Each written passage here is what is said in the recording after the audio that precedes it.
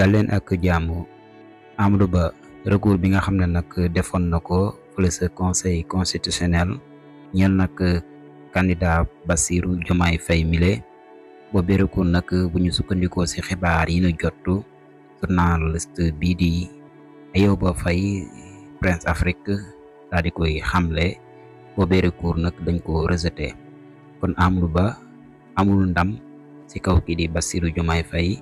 candidature Bassirou Diomaye Faye ba léegi dafay maintenir gannaaw nag ay information yu ñu jot ba léegi kii di Karim Wade tamit ki nga xam ne moo di Thierno Alassane Sall defoon ab recours jëm ci moom ngir nag double nationalité moom Karim Wade mi nag boo wattuwul candidature am naruñu ko valider ba léegi ñu ngi xaar nag délibération bi am ci candidat yi.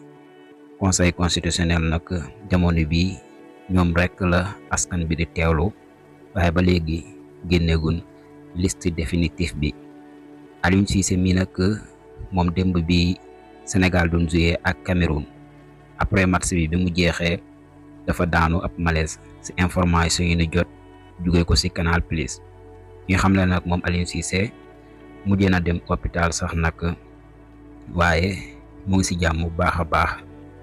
jamono bi mu ngi yëg ak tan moom Aliou Cissé gannaaw ba nga xamee ne daan woon na ab malaise.